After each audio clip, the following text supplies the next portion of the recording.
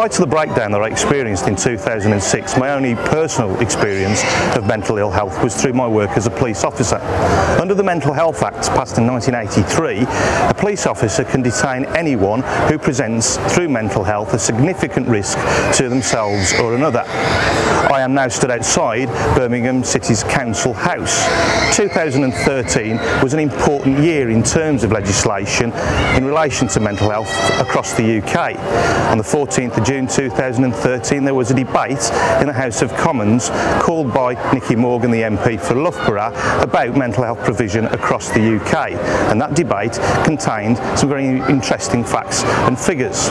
Also in 2013, initiated by Lord Dennis Stevenson, was the first Mental Health Discrimination Act to be passed in the history of the United Kingdom. I have been pretty healthy for 5 years, but just when you let your guard down, this aggressive friend comes and smacks you right in the face. For example, I was on holiday recently and I took a beautiful photograph of my son carrying a fishing rod. I love fishing.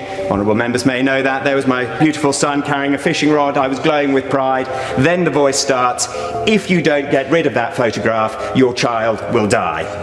And you fight those voices for a couple of 3 hours. You know that you really shouldn't give in to them because they shouldn't be there, and it ain't going to happen, but in the end you ain't going to risk your child, so you give in to the voices, and then you feel pretty miserable about life. I'm Charles Walker. I'm the chairman of the All-Party Mental Health Group, which has a remit to raise the profile of mental health within Parliament and outside Parliament. We have a number of members, many members indeed, who participate in the group and have been doing great work over many years. It's important to address discrimination because we can't have large parts of our society feeling isolated and disengaged. That's just not acceptable. We've challenged discrimination in so many other areas, in the area of race, sexuality, but somehow we've been far more reluctant to challenge it in the area of mental health. The bill is one step along the road to removing stigma. Look, when I was a child, if my Aunt Meta had got cancer, I'd been told not to tell the neighbours. It was completely stigmatised. That's all changed now. It is ridiculous that you can't talk openly about having clinical depression or schizophrenia or whatever. And yes, the bill is one step along the road to creating the situation where that stigma no longer exists. Societal attitudes, institutional attitudes to mental health are really one of the last types of discrimination that still seems to be really deep-seated in our communities and goes unchallenged too often. Yeah, and you still see prejudice, don't you? And you still see it in the newspapers, and there was stuff recently about comments of celebrities that have made about mentally ill people, which shows a pretty ignorant attitude, and it's a cheap joke, isn't it, really, when there's real suffering behind the people they make offhand comments about. It is at least 4 years, and I think probably slightly longer, since the general topic of mental health has been debated in the Chamber. Mental health comes at an economic and social cost to the UK economy of £105 billion a year. And yet mental health has been a Cinderella service, poorly funded compared to other conditions, and not spoken about nearly enough, either inside this House or outside. According to the Centre for Mental Health, only a quarter of people, children as well as adults, with a mental health condition get any treatment for that condition. And if that statistic, and I have no reason to doubt, I entirely believe the Centre for Mental Health that statistic is right, then that is absolutely shocking that 3/4 of people who have mental health conditions are not getting treatment for that condition. And we should be asking ourselves why that is. The reason for the debate really was because I wanted people outside Westminster to be aware of two things.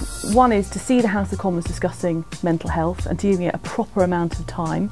And secondly, to understand the impact that mental health issues have on members of Parliament, in the sense that some MPs, as we saw in the debate, clearly have had problems, conditions in the past, but also the fact we come up against it in our casework, in policy areas, you know, in so many different ways. And having had all the debates about the health service and structures, I think we sometimes forget that there are people at the heart of it. Most recently, people may have seen the debate in the House of Commons on June the 14th, when a number of members of Parliament spoke about their own experiences with mental health, including myself, but a number of others, 4 others as well.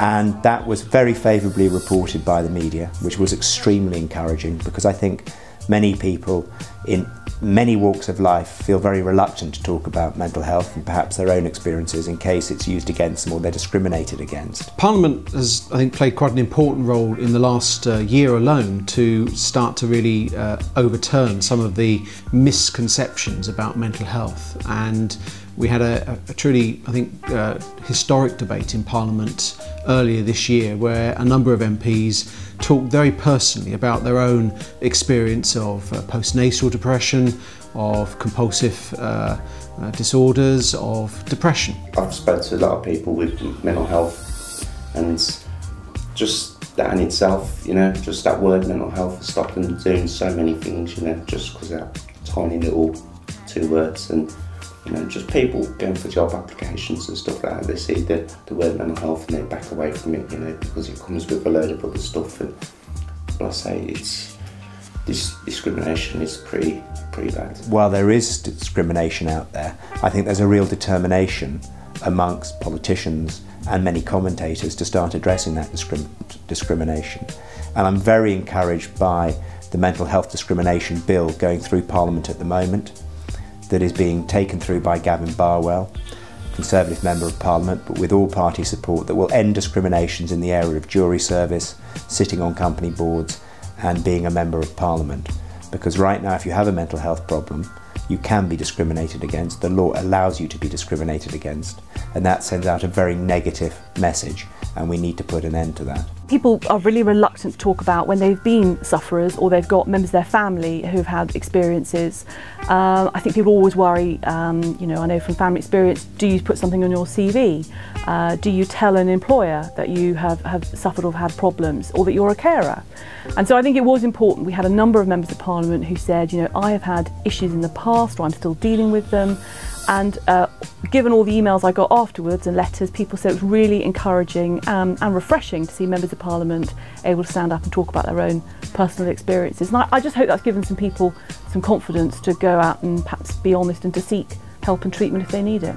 We actually went down and watched the mental health debate, which I found really interesting, just to be in the gallery and see it all works. And you know, it opened my eyes, you know. The really exciting thing, the thing I found really moving about that debate is what happened afterwards. Because all of the MPs that talked about their mental health problems actually found that the way in which people responded was hugely positive. People were very pleased that they had done it, and I think their respect for those MPs went up, and actually a recognition that mental health is not a them and us issue. It's not something that these people have and the rest of us don't have any contact with. 1 in 4 of us at some point in our lives will experience a mental health problem.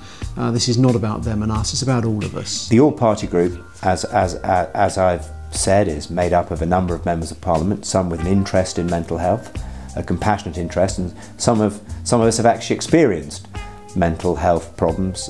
I, at the age of 13, developed obsessive compulsive disorder that's known as OCD. I've lived with it for 32 years now, and I have to say, when I stood up in Parliament a few months ago to talk about my own experiences, I felt the time was right. Because it was 13 years ago at St John's Wood Tube Station, and I remember it vividly, that I was visited by obsessive compulsive disorder. And over the past 31 years, it has played a fairly significant part in my life. On occasions, it is manageable, and on occasions, it becomes quite difficult. It takes you to some quite dark places. But I operate to the rule of 4, so I have to do everything in even. So I have to wash my hands 4 times. I have to go in and out of a room 4 times. My wife and children often say I resemble an extra from Riverdance as I bounce in and out of a room, switching lights off 4 times, and woe betide me if I switch off a light 5 times, then I've got to do it another 3 times. So counting becomes very, very important. For years I've talked about mental health, and I've never actually admitted to my own experiences, and I felt that the time was right to stand up and say, listen, it's not just something I'm interested in from an academic point of view, a political point of view, it's something that I've lived with day in and day out for over 3 decades. I did notice he suffered with OCD, and yeah, I did feel for him, you know, because I shook his hand and I seen how, you know, the reaction after the shaking, he had to go and to wash his hand. It wasn't against me, it wasn't nothing against me. He'd done it with every person he shook hands with. It was just his illness, and you know, even that's what I mean. Someone in the job that he has is still suffering with the mental health illness, but he still manages to do his job. So therefore, I think you've only got to take note of that. You know, that he's able to do his job and still have his illness, and you know, he still manages to do what he has to do. And I do think the Mental Health Act discrimination, you know, against mental health, I do really think that legislation is really important. So what Parliament's doing at the moment is looking at a piece of legislation that will attack some of the remaining quite archaic and anachronistic bits of law that stop people with mental health problems from serving in their communities as MPs, as directors of companies, or as members of school governing bodies, and a number of other areas of public life. We want to sweep all that away. I think it's long overdue.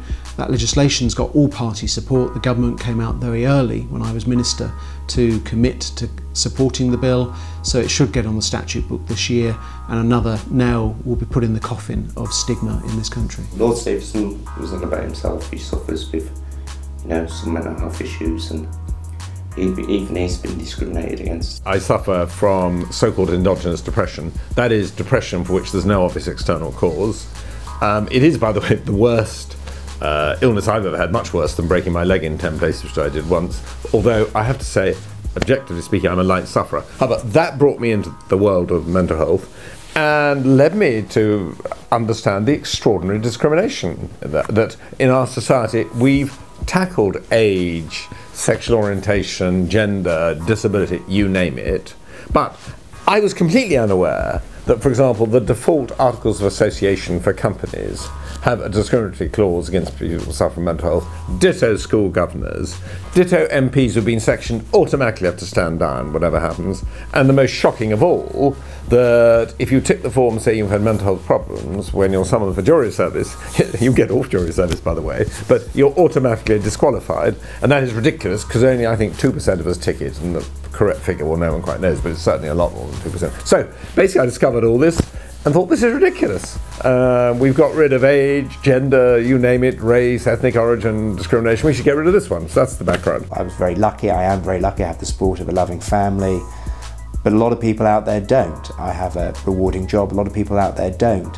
And the longer their mental health issues go unaddressed, the further they are removed from the labour market, and the more miserable and isolated they can feel. And we as a society need to go out and embrace people much more than we do. We need to hold them close much more than we do. And I have to say, that is my driving passion in politics. I've been around for 8 years. I'd like to be around a little more in politics if my constituents will have me. But when I leave Parliament, I want to look back with pride and say that I did my bit to help improve the circumstances of people who for too long have been marginalised and too often shunned. Gavin Barwell's private member's bill outlawing discrimination on the grounds of mental health, you know, it's a small step but hopefully a significant one. So there are things that we can do in legislative terms, but there are also things we can just seem to be discussing it. So for example, you know, Ed Miliband, I may disagree with him on many things, but the fact that he gave a speech earlier this week on mental health, I hope what the debate did was it gave people freedom to talk about it. I think sometimes members of Parliament are always reluctant to talk about difficult issues because they worry they're going to say the wrong thing. And actually I think it's better to say something and to show that you understand, or at least are willing to listen and to learn. Every time somebody throws a pebble and throws a stone at people with mental illness, how many more people does it stop coming forward? How many more people does it make feel, actually, you know, I can't really be honest about this problem because people take the mickey out of me. People think it's sort of, there's just something weird about me. And, you know, we've got to get to the stage where, just like if you're somebody with cancer, people don't say that somehow it's shameful. People feel incredibly sorry for you and want to help you as much as they can. So it should be the same with mental illness. We want members of Parliament to go and talk to their local mental health trust, to their local voluntary sector, to their constituents, to find out what's going on the ground. So there are going to be specific issues like absconding from inpatient units, children and adolescent mental health services. If services have been cut, our mental health services being disproportionately cut, that we're able to drill down. For having had the general debate, we can now pick specific issues and use the power of the House of Commons and our role as members of Parliament to drill down into those issues. If you weren't allowed to serve in a jury because you had frozen shoulder or broken a leg, you'd say that was pretty discriminatory. It's completely discriminatory. I mean, here am I. I've suffered from clinical depression all my life. Nothing to do with unhappiness, medicalised unhappiness. There's a word of difference between the two of them.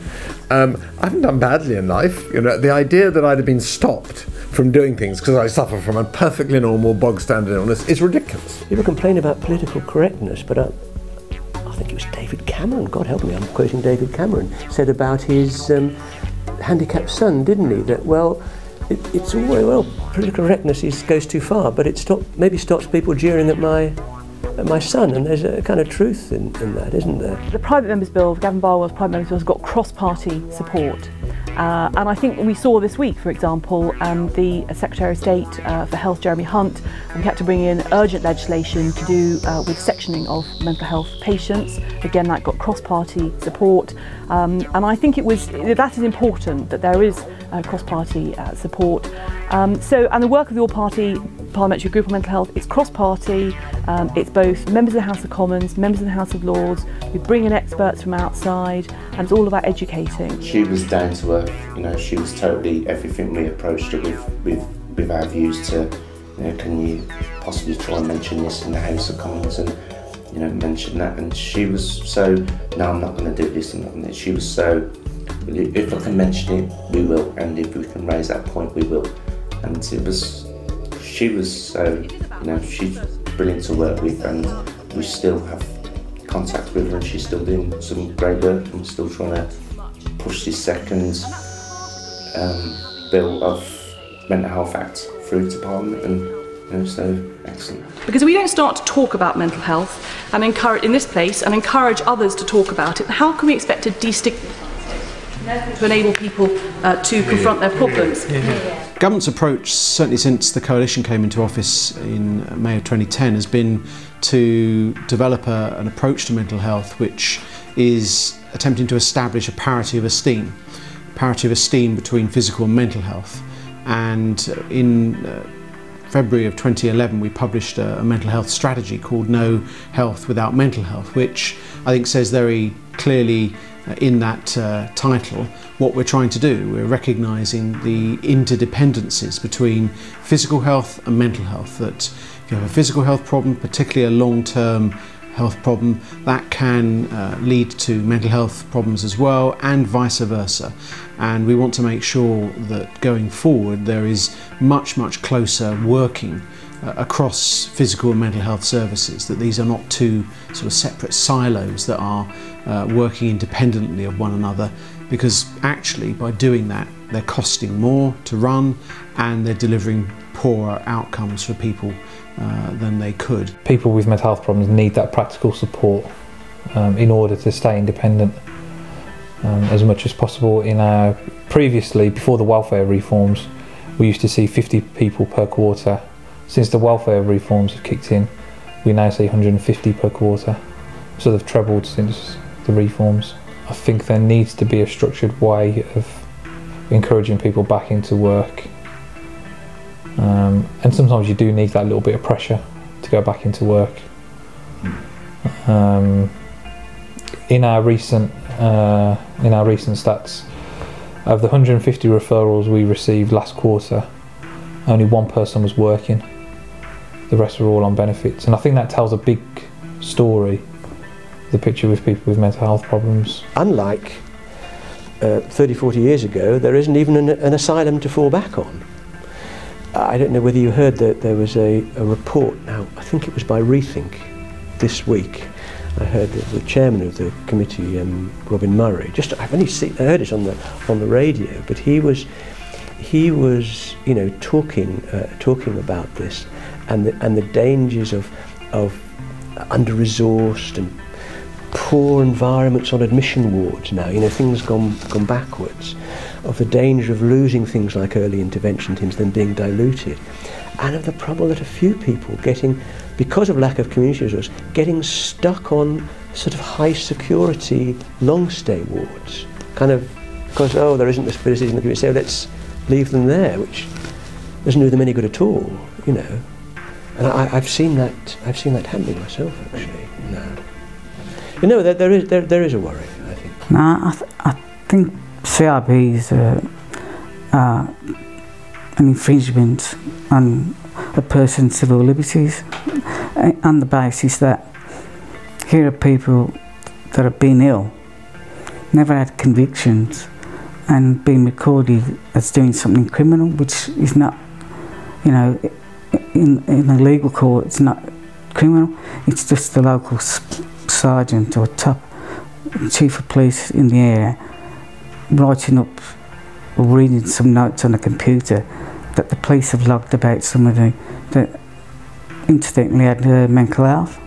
So if he types in mental health person today, and up comes this list of incidents where this person has been stopped or been taken to a place of safety for their health. Nobody else has that put against them getting a job. They've never had convictions for child molestation or criminal injury to anyone, or in a conviction sense of the way, and yet they are being judged by one individual. At the heart of the strategy, I think, are two or three things. One is a focus on prevention and early intervention, particularly the introduction of new talking therapy services for children and adolescents. We think that we can make big inroads to mental health problems in adulthood if we can tackle them at an earlier age.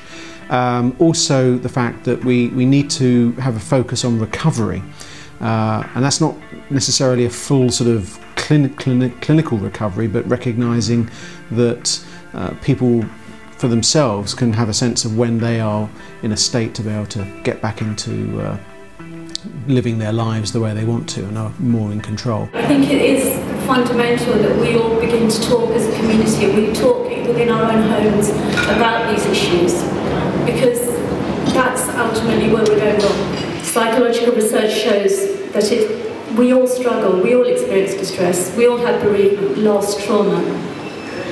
Ultimately, life's about gaining skills and learning how to overcome our problems. And without discussing these problems, we won't find viable solutions. Mental distress doesn't just happen, it's always caused by a combination of triggers, stressors, and a sense of vulnerability. We needed to give positive messages regarding managing psychological distress and mental illness. People recover with treatment and support. People develop mental illnesses through accumulative life stresses. It's understandable. The stress, the pressures, they break you. Discrimination, isolation, fear, loss, bereavement, living in urban environments, domestic violence, unmanaged anger, these all contribute to psychological distress and mental illness. Please don't ignore the suffering, since this maintains and reinforces the problems. They'll only get worse.